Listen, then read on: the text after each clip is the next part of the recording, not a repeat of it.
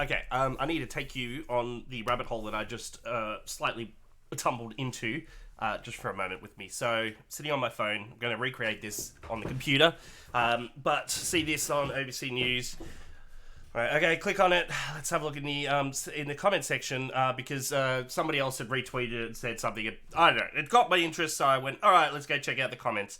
And he went to Waukesha. I was like, fuck, okay, what is Waukesha? What are they referring to? So Waukesha, there was an incident in a city in Waukesha, which is in somewhere else in America, in November last year, where a guy drove into a bunch of people and 9 of them died. And that guy happened to be black. So this was 6 months ago. Also, by the way, according to all the reports that I read of that incident, it wasn't that he was an extremist. He was somebody with serious mental health issues who had engaged in other crimes. So just a little context there. So I was like, oh, okay. And then we get, oh, no, there's no time to denounce black supremacy. Congratulations, Jay. Attack helicopter genius. Right, yes. The person who still uses attack helicopter as their... Those are attack helicopter's pronouns. Ha ha ha ha. Yeah, so this was the one that I probably came for because I was like, what? Why is it white supremacist reactions? Like, what's going on? Hence, yeah, Waukesha, and then we've got attack helicopter / genius over here. Yeah, and people talking about this. So I was like, what the fuck? I mean, not surprised that people want to take... like, this is what... These people do this kind of thing all the time. Something happens, they go, yeah, what about this that happened 8 months ago? It's like, what about the 50 other incidents that are far more relevant and have, like, actual, like, causal links to each other, and you want to point out things that have... like, verifiably non-causal links to the thing that you think that is being downplayed. Maybe it's not being downplayed. Maybe you're a freaking idiot, and it's not related to the BBC. Anyway. Then I saw this one, while supporting Ukrainian Azov pro-Nazi white supremacists. And I know that there's this whole... Ukraine Nazis. I've heard people say it. I know there are people around me probably who, think that, well, the Western media, government, elite cabal is all corrupt, so must be, Putin fighting Ukrainian Nazis. So, like, okay, rabbit hole this for a second, Azov.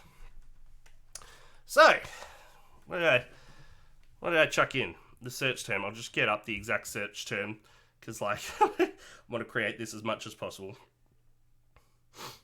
So I threw in to DuckDuckGo rather than good old Google. Just didn't want to throw this into my Google. Azov, Ukraine, Nazi. I'm like, give me what you got, DuckDuckGo. What do we get from that? And I'm like, okay, here we go. Here's a few stories. We've got CNS News, and I thought, no, I don't want to. I'm gonna go for like, I don't want to get the mainstream press. I want to see what are people actually saying, right?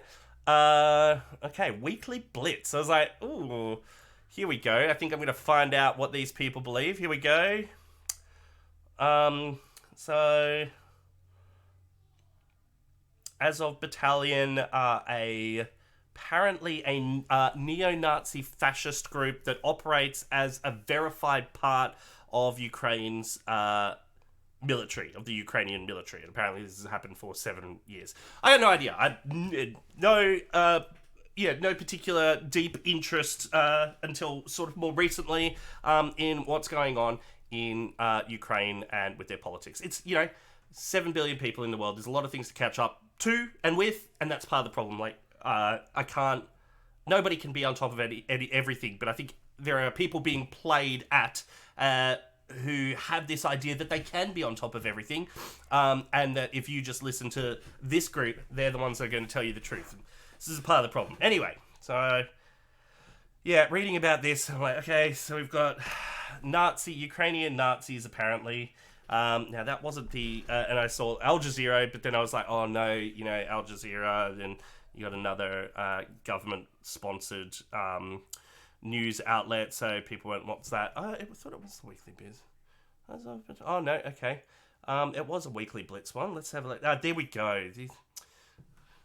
So here was the one that I was reading where I was like, okay, this one was a little bit more sort of involved and deep, I guess, talking about this organization and all these links and what's going on. And I thought this was quite interesting.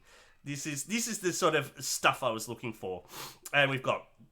The modernization process, as it is understood today, includes institutional changes which normally presuppose European Enlightenment values, and thus it is often hard to tell the difference between such process and so-called westernization. Westernization process can be described as an instance of Occidentalism or Westernism, which often has foreign policy consequences even for emerging powers. Thus, adherence to the North Atlantic Alliance, or NATO, can at least partially be considered as a political expression of westernization, a goal Kiev has been pursuing. Okay, so I mean, that is kind of, like, I guess with these kind of things, I get it's a little bit tricky, because that kind of is what's going on, right? Like, because the West kind of was the first one to be really, really good at capitalism, and capitalism is the sort of, the push that has driven our global world, along with all the technology and the people that have been the masters of that technology, they're kind of not wrong. But I guess at the same time, you have to kind of go, well, no, yeah, not wrong, but what does that mean? And, like, part of me wants to go like, oh, well, if it's this kind of, if it's this a continuation of imperialism or some kind of, like, a colonialism or a neo-colonialism, like, I don't necessarily want to be for that. So what's going on, right? So, okay, read some more. So this is where my interest gets piqued, but I'm, like, suspicious because I'm on, like, the Daily Blitz. And then I noticed their little tagline, I don't know if you can read that, but fear none but God. And I'm like, okay, not particularly a religious person myself. And the rise of a theocratic political class in Western nations like Australia, America, and other parts of the Western world is something that I'm more kind of bothered by. I don't like it. I don't like people who have their little cabals and seem to want to run things. So I guess I have a thing in common with people who do think that way. So anyway, I keep reading, and then it starts going on about this, and I was like, okay, this is pretty interesting. So now they're saying a diverse group of presidents could be, of various world powers, could have been called fascists or populists, and it's kind of now kind of like pull apart these terms a little bit, but in this way that's kind of, I don't know, kind of feels like a little bit apologetic, like, hey, no, they're not really fascists, that's just what Westerners want you to think, and it doesn't quite say it, kind of just leans into it, like, ooh, Westerners are telling you they're fascists, but maybe Donald Trump and Vladimir Putin are okay, and I'm like, again, don't know everything, but not from where I'm standing, and I guess this is why I want to take you on this rabbit hole.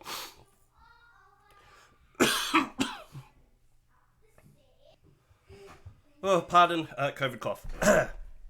So, anyway, as it's going on, I'm starting to get kind of a little bit more interested because it kind of just keeps, like, whoever's writing this doesn't necessarily, like, the links in it, I'm just having a look, a sort of a mixture of sites that I've heard of and sites that I don't. I'm not saying there's anything wrong with sites I haven't heard of. It just makes me go, like, well, what is that site? Who's publishing it? Blah, blah, blah. Like, ask those sort of questions. Yeah, it keeps going on and sort of going, saying things like, this is partly ironic because real fascism and real Nazism were products of Western civilization. I'm like, well, fucking, that's quite a throwaway line there. And it's like, you just expected to believe that kind of shit, just tiny little part of, half a paragraph. And the case of Ukraine, a Slavic country who has both embraced fascism and embarked on the road to Westernization, short circuits Western narratives. I'm like, okay, like, what is happening here? Yeah, keep going. Notwithstanding any valid criticism one may have of the current Russian military operations conducted on Ukrainian soil, the hard truth is that there is today a global wave of Russophobia, and it now includes the possible rehabilitation of Nazism in the West. It is about time real Nazism is described for what it is and properly denounced.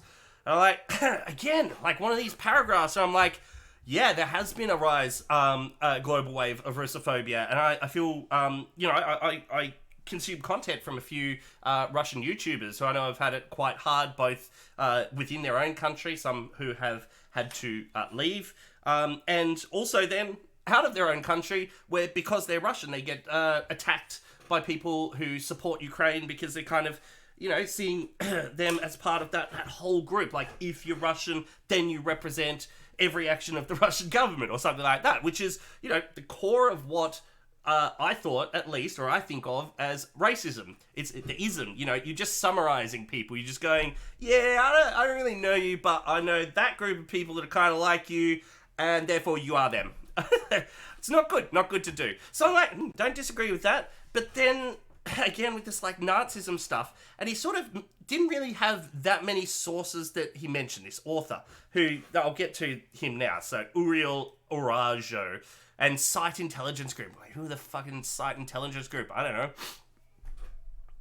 So anyway, a lot of questions, but it kind of some stuff that, like, piques my interest. So I'm like, okay, I can kind of see, you know, why people kind of get interested in this. Like, I know a lot of people who don't necessarily just want to go with the mainstream flow or want to agree with whatever the mainstream perspective is. And I've always been a little bit suspicious of that. And you should be, but you should also be, like, sensibly suspicious and don't...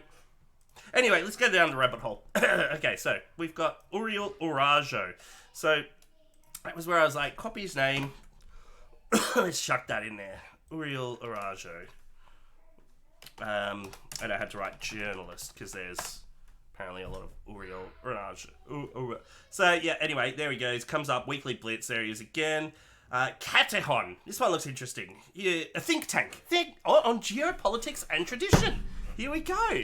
Because that's kind of what he was talking about. Katehon. Okay, cool. Katehon. No profile picture, but it's the same guy. That's exactly what it said in that Weekly Blitz article. So, about us. Who are you? You got Polish, French, and German. Come on, Katehon. Think tank, independent organisations who specialise in geopolitical and geostrategic, and this is what I was sort of interested by, because again, one of those things where I'm like, don't necessarily disagree, but what does it mean? You know, we reject any challenge and challenge any kind of unipolar worldview and global hegemony. So this is what a lot of these, you know, people that believe there's an evil global cabal running the place and it's the UN and lizard people and whatever. What they really have a problem with is the idea that we might be headed towards a world where there's one power in control of, like, your local laws, you know, everything down, like a national government, and with the power of the national governments that we see today, but for the whole world. And I can, you know, obviously there might be some issues with doing something like that, especially when we have national governments that do frightfully appalling things already around the world. So how would we know that we're not going to get a world government that does something even worse? Valid concern. So what are the alternatives? This sounds interesting. Therefore, we pay special attention to global multipolar associations such as BRICS. And again, I don't know anything about this, so I'm like, new information to me. And we stress the importance of religious and cultural identities in international relations, and so we closely monitor the ethnic dimension in social processes, conflictual situations and agreements. Again, I'm like, okay, kind of interesting, but then when we're focusing on the religious and cultural identities, I think it's important to focus on and understand these things as well. But again, you got to be careful of that ism. You got to be careful not to actually end up pigeonholing a bunch of people because they kind of look the same, or because they kind of, you feel like you need to put them all in a category. So, like, I had a friend who used to do this obsessively at university, and would be like, you know, we're a Judeo-Christian nation and people here in Australia. And I'm like, I just disagree entirely. It's never been a part of my upbringing or my life. And he's trying to say, doesn't matter, you can't escape it. It's all part of the process. And I guess in some ways, yeah, there has been some influence on our culture from Judeo-Christian traditions, but also like a whole bunch of other things, and I just wouldn't summarize it that way. Anyway, that's why I'm saying, you know, important, but like, is that the focus that we need? What does that mean for the people that don't agree with or sort of fit into those bubbles? Blah, blah, blah. So anyway, this is what Katehon is about. And then I was like, ooh, here's the supervisory board. Well, the president. Better go find out who the president is. Konstantin Malofeev. Breaking for more coughs, but Konstantin Malafeev. Cool, okay. Lots about him, definitely the same guy. Russian businessman and chairman of non-go government and pro-monarchism organization. Okay. So the guy that's part of the think tank that, the guy from the think tank is the same guy who wrote that article that I just wrote that I got to from Twitter where people were talking about Azov and Ukrainian Nazis because they are upset with Joe Biden saying, hey, it's really shit that a white supremacist went and murdered a bunch of people for no fucking reason at all. Okay, Konstantin Malafeev. Yeah, so interesting. And so you just go have a look now at who this guy is. And there's a lot of again, like I'm just gonna go to like a more mainstreamy one now. I don't know. Let's go. Let's go with Rolling Stone. Or is that too liberal? Fuck, I don't know. Whatever. I'm trying to just like, show you this process. Oh my god, go away. Oh, I'm not allowed to have a look? Well, guess you're not getting it, Rolling Stone. CNBC? I have no idea, it's American media. I don't even know how to follow. Yep, whatever. Oh my gosh. No. Okay, so now that I found something that wasn't hidden behind something. Here we go. So we're here. Database of Free Russia Forum. Now in the database. Malafeev. So we'll find out who these people are. Well, look, I won't go down the rabbit hole too much longer because it'll go on for too long. I just thought that this was interesting because here's the guy, the president of this think tank, which again is this writer that we found on some random website writing about how actually Ukraine is actually full of Nazis. That writer happens to be part of this think tank that's run by this guy who is a Russian, apparently according to this website, and again, not going to go any further, but Russian tycoon, sponsor of pro-Kremlin Orthodox and ultra-conservative projects, investor in a whole bunch of like socio-cultural projects, accused of active complicity in aggressive state propaganda of the Putin regime and violation of international law and money laundering. I don't know, that's as far as my rabbit hole went. It was a short one, but like these people that are jumping on and being like, Ukraine is actually full of Nazis.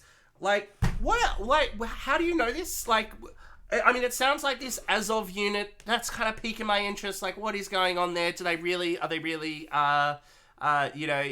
neo-Nazis? Because, I think we can all agree we don't want neo-Nazis around. But I fear that the same people who are saying that, Russia's good because they're getting the evil Nazi regime out of Ukraine, which sounds fucking insane to me, are also the kind of people who are like, I'm an attack helicopter on Twitter, and I think it's totally cool that, like, people who, like, have, like, swastika flags in their front yard can go and march freely and beat up people in public protests. I don't know. It just...